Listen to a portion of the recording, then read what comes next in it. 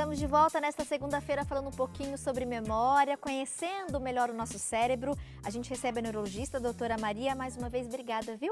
Pela gentileza da presença. Convite. Conseguimos conversar no bloco anterior um pouquinho sobre Parkinson, Alzheimer, nessas regiões do nosso cérebro, as regiões que são ativadas, né, conforme aí os movimentos que a gente faz no nosso dia a dia, os comandos enviados pelo nosso cérebro, a memória recente, a memória mais antiga. E nesse bloco a gente parte então para as dicas de exercícios que você pode fazer na sua casa para estimular o seu cérebro, para você envelhecer mantendo o seu cérebro ativo.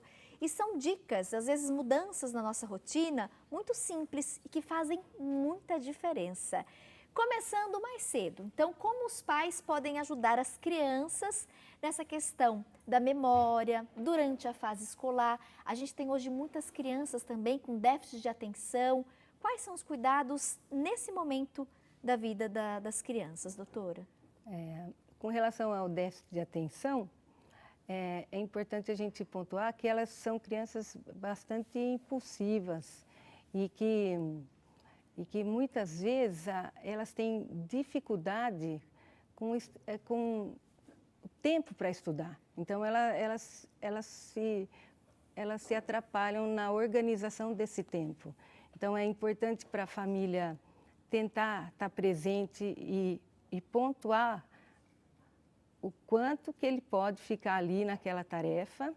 E a gente sabe que se houver exercícios repetitivos, eles sempre vão ajudar.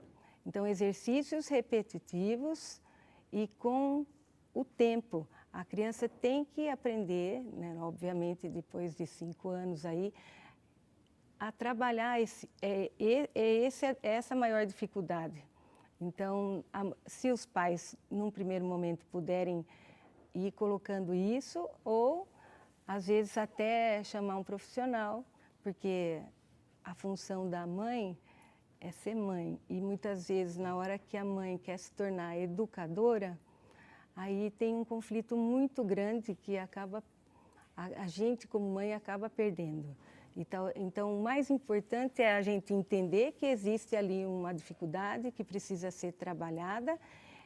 O déficit de atenção, ele vai se colocar, ele vai evoluir, ele atrasa um pouquinho em relação às outras crianças, às vezes, mas eles são passíveis de ter um desempenho normal no futuro. Só que precisa de bastante paciência e é um conselho, cuidado para não misturar a função de mãe e a de educadora, porque a gente acaba, às vezes, comprometendo a primeira e comprometendo seriamente, né? E você disse algo muito importante também no bloco anterior, a questão do sono, do dormir bem, né? Porque é durante o sono que o nosso cérebro ele vai ali, de fato, efetivar as informações que nós recebemos durante o dia e guardar o que realmente é importante e descartar o que não é tão importante. Então, se seu filho está em fase escolar, todo aquele aprendizado, né, dentro da sala de aula, é durante aquela noite de sono que ele vai, de fato, guardar ali, né, de uma maneira muito efetiva na sua memória. Então, um bom sono é importante. Isso vale para os adultos os também, horários, né? A criança tem que ter horário para dormir e hoje em dia com o tablet a gente sabe que tem muita dificuldade porque eles querem ficar até mais tarde, mas aí a função da gente como pais é saber sinalizar que tem um horário para tudo e que tem horário para o sono mais correto, né? Para os adultos, tem algumas práticas, alguns jogos, alguns exercícios que a gente pode fazer para incentivar, né, melhorar esse desempenho do nosso cérebro? O que a gente sabe é que quanto mais a gente se dedicar a aprendizados novos, maior a possibilidade de eu ter um desempenho bom no futuro. Então, assim, não importa, eu posso fazer uma atividade manual, eu posso fazer um curso de MBA, mas o fato de eu estar me dedicando a um novo aprendizado vai sempre postergar sintomas maiores de doença, seja uma atividade lúdica, seja uma atividade intelectual.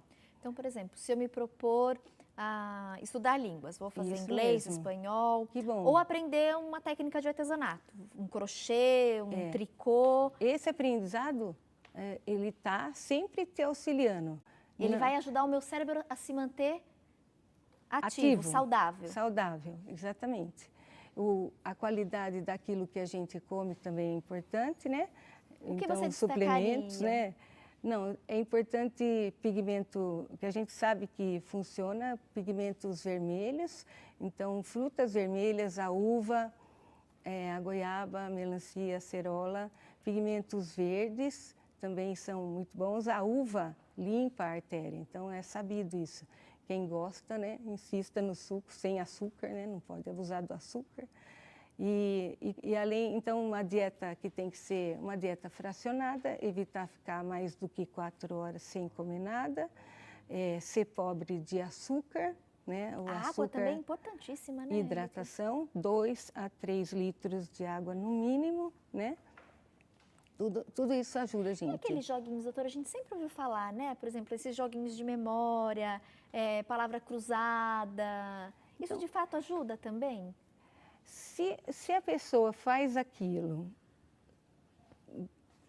e que isso a distrai, é importante. Mas assim, se ela já aprendeu a fazer e não está trazendo nenhum grau de dificuldade, é melhor ela arrumar outra coisa. Entende? Que aí estaciona. Porque senão vira uma coisa que viciou. E não é isso que a gente quer. Vira um passatempo. Exatamente. A gente quer que ela trabalhe. A gente quer que ela aprenda com aquilo. Tem que ser um aprendizado. Se pega um sudoku de grau bem mínimo, bem leve, e aquilo não é mais um desafio, ela tem que avançar. Ela tem que avançar. Mesmo palavra cruzada. Mesmo palavra cruzada. Nível básico. Exatamente. A hora que eu estou encontrando as palavras ali com muita facilidade, o ideal, eu tenho que sempre avançar. Avançar. Para estimular meu cérebro. Se eu ficar ali naquela situação confortável, meu cérebro não vai estar trabalhando. Não está trabalhando. Só está funcionando enquanto eu estiver aprendendo com aquilo. Uma atividade física, uma atividade de trabalhos manuais, línguas, um curso. Atividade física. Sempre aeróbica. A gente pode fazer yoga, pode fazer tai chi chuan, trabalho equilíbrio fino, meditação, mas tem que fazer alguma coisa aeróbica. É o aeróbico que trabalha a oxigenação cerebral. Que interessante. Por exemplo, uma caminhada, uma corrida, uma bicicleta. Eu caminho 30 minutos todo dia. Então, eu vou começar a aumentar a distância que eu consigo percorrer. 40 minutos, 50 minutos? Não, o mesmo tempo, com uma distância maior. Vou caminhar mais rápido. Isso, a velocidade. Assim que ele vai fazer bem para a minha saúde mental. Entende? Importante, né, a gente aprender como manter aí o nosso cérebro saudável. Doutora, para a gente finalizar, tem alguma última dica ou alguma coisa que eu possa não ter perguntado e a senhora acha importante? Eu vou frisar para a gente o que é importante para a nossa memória, então. Em primeiro lugar, hidratação. São 2 a 3 litros de água a dia. Dieta fracionada, nunca fique mais do que 4 horas sem se alimentar. Isso pode comprometer o funcionamento do cérebro. Porque ele é dependente de glicose, né, de energia. Abuse de alimentos verdes, abuse de frutas vermelhas, use o suco de uva integral, use suplementos, se você gosta de castanhas, de frutas secas, é importante. As castanhas têm bastante ômega 3, ômega 3, com relação à alimentação. É muito importante a gente focar o novo. Então, o novo, o que é isso? O que eu quiser, pode ser a língua, pode ser a música, pode ser um coral, pode ser o que eu quiser que eu não esteja fazendo ainda. Então, esse novo é o que mantém o nosso cérebro ativo. Tem que ter atividade física aeróbica. Então, não é o andar 30 minutos. Eu vou andar cada vez melhor. Eu vou andar com um pouco mais de velocidade. Ou então eu andei 6 meses, vamos andar um pouco de bicicleta, vamos trocar um pouco. E uma coisa que a gente não colocou ainda, é importantíssimo a socialização. Não é uma socialização para fofocar. É uma vez por mês, uma vez por semana. tenha um grupo, pode ser um grupo de amigas antigas, pode ser o grupo da igreja, pode ser do terço, pode ser importante a gente ter com quem conversar, mesmo que for 1 ou 2 vezes no mês, para colocar coisas do dia a dia. Isso, a gente ter o amigo trabalha positivamente a nossa estrutura do cérebro.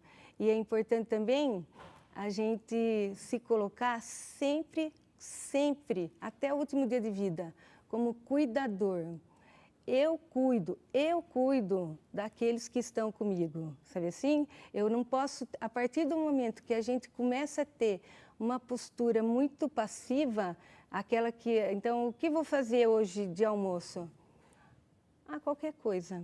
Então, esse qualquer coisa mina o cérebro, cuidado com isso. Então, enquanto a gente tiver filho, enquanto a gente tiver esposo ou esposa, então eu cuido deles. Esse cuidar, quando eu dou parte do meu cérebro para saber da agenda deles, o meu cérebro funciona melhor.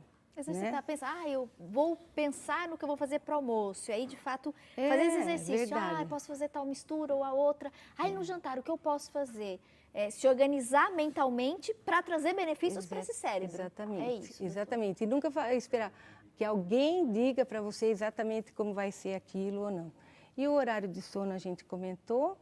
E sempre trabalhar o humor, né? Porque existem doenças também, né? Que podem comprometer. A gente, de repente, está depressivo e não está esquecido. Então, tem que saber bem a diferença. E, às vezes, a gente precisa de ajuda médica para saber se é uma depressão ou se é uma doença maior. Nós vamos divulgar todos os contatos da nossa neurologista, colaboradora. Quero agradecer mais uma vez, doutora Maria, pela presença, pela gentileza da presença no nosso programa, por todas as dicas compartilhadas e que agora a gente possa colocar em prática, né? Todo esse conhecimento, todas essas orientações, para que a gente possa efetivamente cuidar da saúde do nosso cérebro e mantê-lo saudável, funcionando bem. A expectativa de vida do brasileiro aumenta cada vez mais. Então, que a gente possa envelhecer mantendo o cérebro trabalhando direitinho. Muito obrigada mais uma vez, pela presença. Até uma próxima oportunidade.